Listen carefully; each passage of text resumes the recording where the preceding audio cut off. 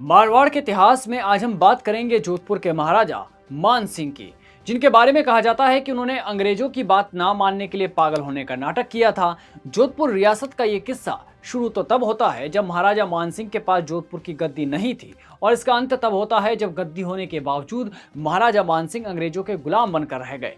इस कहानी के बीच एक किस्सा उनके गुरु के प्रति भक्ति से भी जुड़ा है, जो किसी सौगंध से कम नहीं लगती। तो सबसे पहले बात करेंगे मारवाड़ की गद्दी की। तो देखिए, क्षेत्रफल की दृष्टि से अगर देखें तो मारवाड़ रियासत राजपूताने की सबसे बड़ी रियासत थी, और पूरे भारत की रियासतों में इसका स्थान तीसरे नंबर पर था, क्योंकि भारत भर में केवल हैदराबाद और जम्मू कश्मीर ही इससे बड़ी रियासतों में गिनी जाती थी। जब मारवाड़ में भीम सिंह गद्दी पर बैठा तो उसने अपने भाई भतीजों को मरवाना शुरू कर दिया। इस वजह से मारवाड़ की गद्दी पर बैठने की आस लगाए बैठे मान सिंह ने अपने प्राणों की रक्षा के लिए जालोर के दुर्ग में जाकर शरण ले ली। बता दें कि स्वर्गीय महाराजा विजय सिंह अपने पोते मान सिंह को ही गद्दी पर बैठाना चाहते थे, इसलिए मान सिंह ने खुद को मारवाड़ का शासक घोषित कर लिया था। वहीं जोधपुर के इतिहास में कहा जाता है कि महाराजा भीम सिंह ने करीब 10 सालों तक जालोर के इस दुर्ग को घेर कर रखा था। इसके बावजूद वो अपने चचेरे भाई मान सिंह को नहीं पकड़ सका। आखिर में जब मान सिंह ने जोधपुर की सेना से बचने का जब कोई रास्ता नजर नहीं आ रहा था, तो उसने फैसला किया कि वो दुर्ग छोड़कर कहीं और चला जाएगा। इस समय जालोर नगर के दक्षिण में जो दो पहाड़ियां नजर आती है, उनमें से एक कन्याचल नाम की पहाड़ी पर एक पुराना जलंधर नाथ नाम का पीठ था, और इस पीठ पर आयस देवनाथ नाम का योगी रहता था। जब उसने सुना कि मान सिंह दुर्ग छोड़कर जा रहा है, तो उसने मान सिंह से कहा कि ये जाने का सही समय नहीं है, क्योंकि अगर वो 21 अक्टूबर तक यहाँ रुक जाता है तो मारवाड़ का राज्य उसे मिल जाएगा। अब योगी की बात सुनकर मान सिंह ने बात मान ली और वो नहीं गए। आयस देवनाथ की बात बिल्कुल सही निकली, क्योंकि 20 अक्टूबर 1803 को जोधपुर नरेश भीम सिंह की एक अज्ञात बीमारी से मृत्यु हो गई।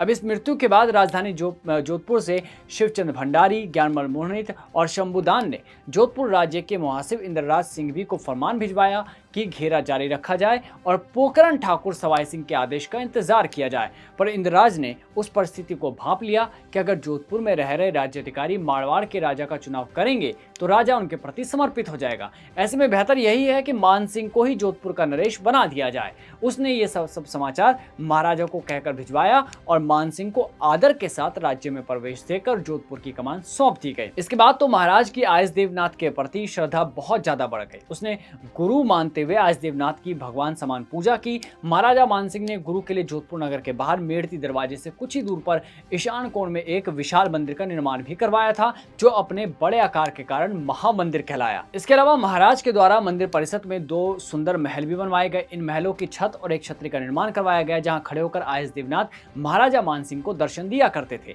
महाराजा दुर्ग में स्थित महलों में से ही गुरु के दर्शन करते और उसके बाद ही अन्न जल ग्रहण करते, और हर सोमवार को महाराजा महामंदिर में उपस्थित होकर गुरु को प्रणाम किया करते थे। इतना ही नहीं, गुरु शिष्य मानसागर नामक तालाब में नौका विहार किया करते थे। फिर जब देश में ईस्ट इंडिया कंपनी का प्रभुत्व बढ़ता जा रहा था, तब मारवाड़ इससे अछूता कैसे रह सकता था। ऐसे में राज्य की स्थिरता बनी रहे, इसके लिए महाराजा मान सिंह ने दिसंबर 1803 में ईस्ट इंडिया कंपनी से समझौता किया था, पर वो अमल में नहीं लाया जा सका। फिर आया 10 अक्टूबर 1815, जब पिंडारी नेता आमिर खान ने जोधपुर के मेहरानगढ़ दुर्ग में घुसकर दिन दहाड़े महाराजा के गुरु और राज्य के प्रधानमंत्री इंद्रराज सिंघवी की हत्या कर दी। यह खबर सुनकर महाराज बौखला गए और तलवार लेकर लड़ने के लिए दौड़ पड़े, पर मान सिंह को सरदारों ने रोक लिया ताकि कोई अनहोनी ना हो सके। कहते हैं महाराजा मान सिंह ने अपने प्रधानमंत्री की शव यात्रा दुर्ग के मुख्य द्वार से निकाली थी। यह अधिकार केवल राजा, रानी और राजकुमारों के पास हुआ करता था। इससे पता चलता है कि वो अपने प्रधानमंत्री को कितना सम्मान किया करते थे। इसके बाद महाराजा ने इंद्रराज के भाई गुलराज को दीवान बनाया, पर उसकी भी हत्या कर दी गई।